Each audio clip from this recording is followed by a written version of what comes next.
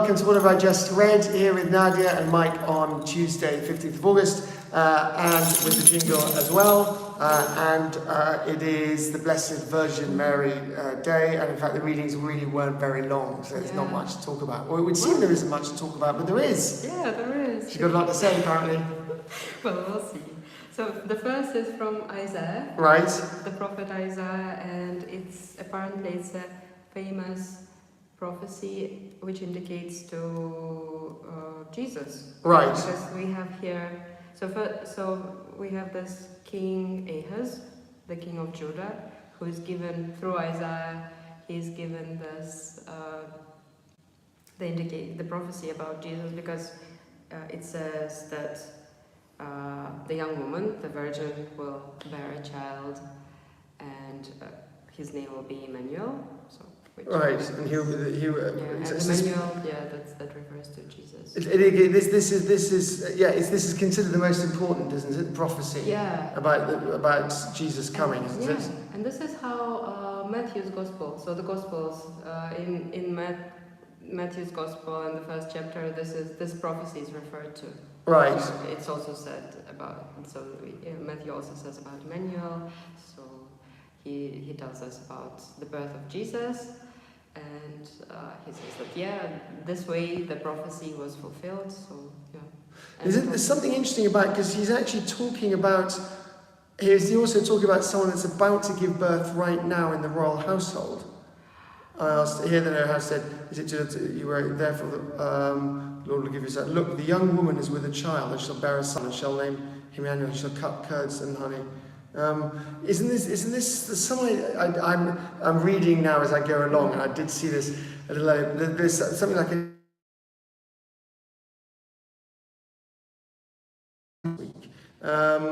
there's something about a near and far prophecy, where you've got two prophecies, a prophecy working in the future through something happening right now. I might be confused about that. But there's an idea that we actually in the household there is someone giving birth, but they're using that. But actually, it's the house of David, because so both Ahaz is from the house of David, this king who gets this prophecy through Isaiah, and then also Jesus, right, is from the house of David. So again, in Matthew in chapter 1, this Ahaz is mentioned when he lists the previous generations from the house of David. So I think that's. Right. That makes sense. And it's interesting how it also mentions curds. He shall eat curds and honey by the time he knows how to refuse the evil and choose the good. It's interesting, that line, isn't it? To eat curds and honey. I was thinking about it. So probably it refers to the. What do you make of it? So I thought it means that. Even as this child, Messiah, who is referred to, is little, he will already be wise and know. He's a vegetarian.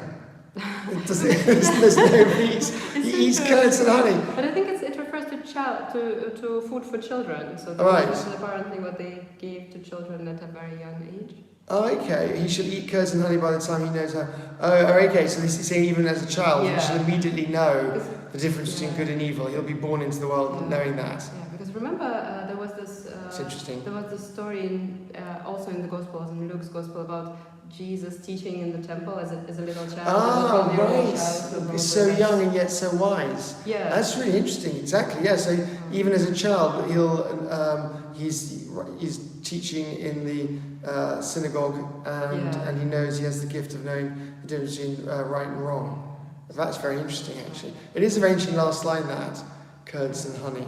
And some commentaries also say that it also refers not only to him being wise at a young age, but also to his human nature. So So eat curds and honeys for babies, but for human babies. So it's right. It's actually his physical needs as a human rather than a son of God. Right. So being both son of God and son of man.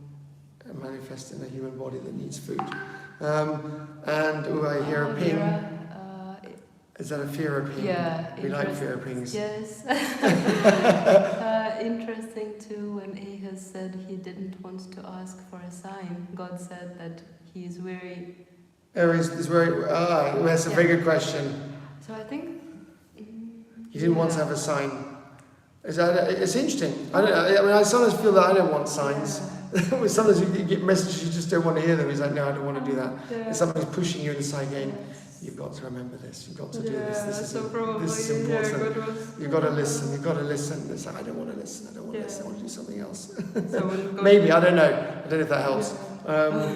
But there is something in here which and I think maybe it could do with further investigation about the fact that, because I think there is someone in the household, a member of the royal family, who is about to give birth, right? Look, the young woman is with child. Does that refer to someone immediately in the royal household of David and anyway, I'm a bit confused by that.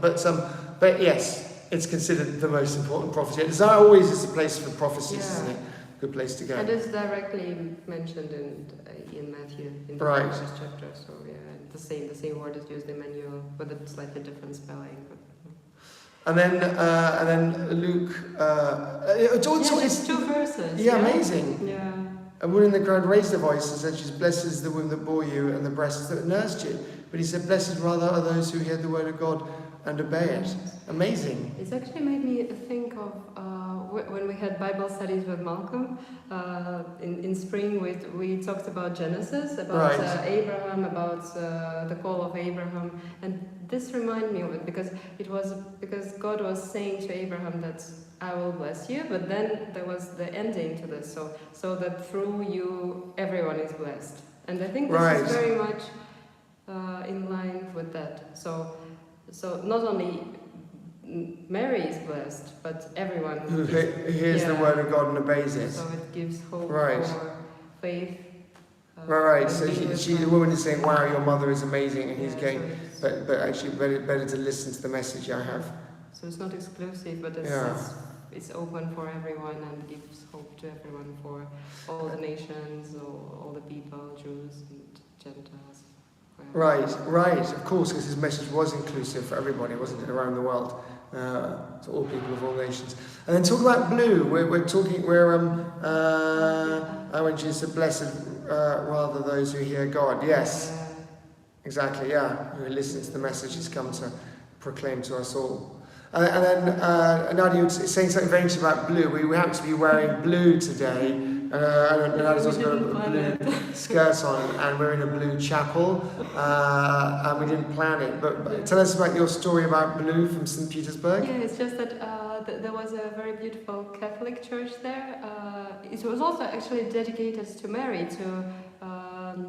And you were there last weekend? Yeah, last week. Yeah, it was Notre Dame de Lourdes. Oh right, gosh. Yeah, it's a Catholic church. Wow. Yeah, and there was also their chapel is also blue, and there was a Polish nun who told me that blue is associated, especially in Catholicism, probably. Right, with Mary. With Mary, yeah. Wow.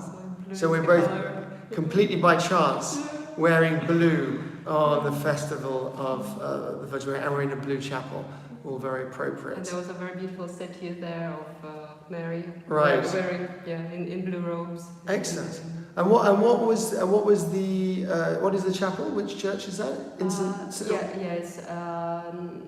Notre Dame de Lourdes. Oh right, where is that in St. Petersburg? It's actually it's quite central, but it's not in any Nevsky. of the not in any of the Oh, main okay. streets. So it's a quiet Kovinsky Lane.